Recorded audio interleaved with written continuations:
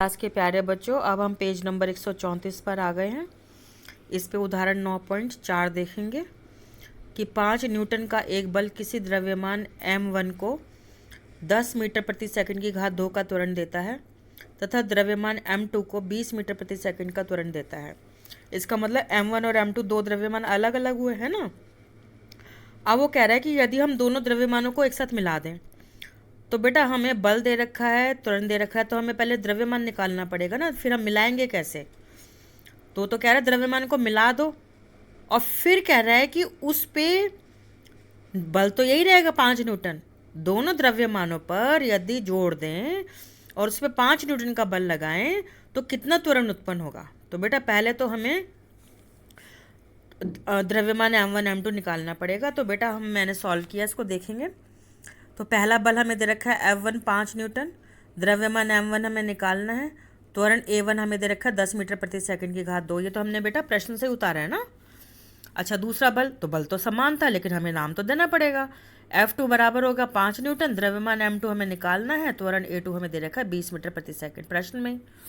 अच्छा, अब हमें पता है कि F जो द्रव्यमान है गति के दूसरे नियम से F बराबर m है, यानी जो बल है वो बराबर होता है द्रव्यमान गुणा में त्वरण। हम अपने मतलब के लिए इसको उल्टा कर लेते हैं, m a बराबर F। तो इससे हमें पता लगा कि m1 क्या आ जाएगा F1 बटा में a1, क्योंकि बेटा m क्या हो जाएगा F बटा a। तो m1 के लिए हो जाएगा F1 बटा a1 और m2 के लिए हो जाएगा F2 बटा a2। दोनों का मान रख दो। m1 में 5 न्यूटन बटा में 10 मीटर की प्रति सेकंड की घात 2 और m2 के लिए 5 न्यूटन और a कितना था बेटा उसका त्वरण 20 मीटर प्रति सेकंड की घात 2। जब आप इसको काटापीटी करेंगे, दशमलव लगाना आपने मैथ्स में सीखा ही है, तो 0.50 किलोग्राम आ जाएगा। द्रव्यमान बेटा हमेशा किलोग्राम में आएगा, आप भूल जाओ कि न्यूटन लिखा लिया, सीधा आपने किलोग्राम लिखना है। ऐसी जब आप 5 को 20 से भाग करोगी तो ये पहले 5 से काट लो, 5 एकम 5, 5 चौक 20, 1/4 आ जाएगा, 1/4 आ जाएगा। तो हम लिख लेते हैं यहाँ पर 1/4 और सीधा किलोग्राम लिखेंगे क्योंकि द्रव्यमान है। ठीक है, तो 1/4 का मतलब तो 0.25 किलोग्राम होता है। बेशक आप इसको भाग कर लो, है ना बेटा।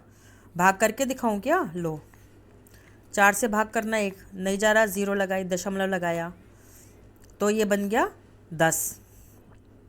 तो ये बन गया 10। तो 4 दशमलव यहाँ पे भी आ गया, यहाँ पे भी आ गया, तो हम इसको मान लेंगे 10। तो 4 दूनी 8 आ गया, तो इसमें से बचा 2, दशमलव लग गया तो 0 उतार लेंगे और 4 पंजे 20। ठीक है, तो 0.25 ये आ गया हमारे पास। अब हमारा कुल द्रव्यमान कितना हो गया m, तो बराबर किसकी हो जाएगा m1 जमा में m2।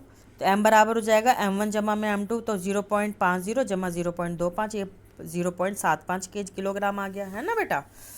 अब कुल लगा बल F जो है वो 5 न्यूटन दिया ही हुआ है, तो कुल त्वरण A हमें निकालना है। अब हमारे पास सूत्र है F बराबर m ए, तो m ए बराबर F। तो बेटा ये लिखना ज़रूरी नहीं है, ये तो मैंने आपको ना समझाने के लिए लिख दिया है, बार बार मत लिखो। तुम्हें अगर याद हो गया है तो सीधा लिखो। तो त्वरण A बराबर हो जाएगा F बटा m। तो ये दिमाग में रख लो, लिखना चाहो तो लिख लो बेटा, मना नहीं है। तो A का मान क्या हो जाएगा? F तो हमारा 5 न्यूटन था, m अभी हमने निकाला था यहाँ पे 0.75 किलोग्राम। तो बेटा किलोग्राम का K नहीं लिखना, ध्यान दीजिए, पूरा लिखना, तभी नंबर मिलेंगे। अगर आप लिखना भूल गए तो नंबर कट हो जाएंगे, इसलिए ध्यान देने के लिए, आपको समझाने के लिए मैंने जानबूझ के इसको छोड़ा था।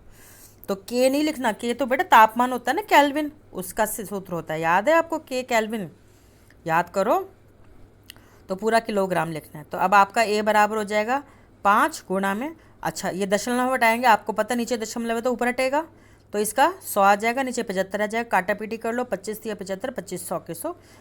आपको 5 से काटना है तो पहले 5 से काट लो, फिर 5 से काट लो, मैंने 25 से काट लिया। अब आपका आ गया 20/3। अब क्योंकि ये त्वरण है इसलिए इसका जो मात्रक है मीटर प्रति सेकंड की घात 2 हो जाएगा। तो हम प्रति सेकंड बोल रहे हैं ना बेटा, तो अगर हम इस प्रति सेकंड, मैं ठीक बोल रही हूँ, लेकिन लिखते समय हम क्या कर देते हैं, प्रति को हम घटा में बदल देते हैं। मीटर सेकंड की घात घटा 2 बोलेंगे, या बोलेंगे मीटर प्रति सेकंड की घात 2, घटा नहीं बोलेंगे बेटा। फिर ध्यान दीजिए, अब इसको 3 से भाग कर लो, 6.67 मीटर प्रति सेकंड की घात 2 आ जाएगा। या हम इसको बोलेंगे मीटर सेकंड की घात घटा 2। तो हमने उत्तर लिख दिया, कुल द्रव्यमान इतना हो गया, कुल त्वरण इतना पैदा हो गया। अब ये 20 को 3 से भाग करना मैंने यहाँ सिखाया है। तो 3 छीक 18 पे चला जाएगा, 2 बचेगा, तो दशमलव लगाएंगे, 0 उतार लेंगे, फिर 3 छीक 18, फिर 2 बचा, 0 उतार लेंगे, 3 छीक 18, तो ये तो आता ही जाएगा। तो हमने 6.6666 आता जा रहा है, उसको हमने 6.67 लिख दिया है। तो गणित में आपको समझाया होगा मैडम ने, 5 या उससे बड़ी संख्या होती है तो हम उसको एक पूरा मान लेते हैं। 0.5 है, 0.6 है, 0.7 है, तो हम उसको 1 मान लेते हैं, तो उसमें जुड़ जाता है। ठीक है बेटा। तो बेटा इसकी फ़ोटो खींच के भेज रही हूँ, इस प्रश्न को पूरा कीजिएगा। ठीक है बेटा।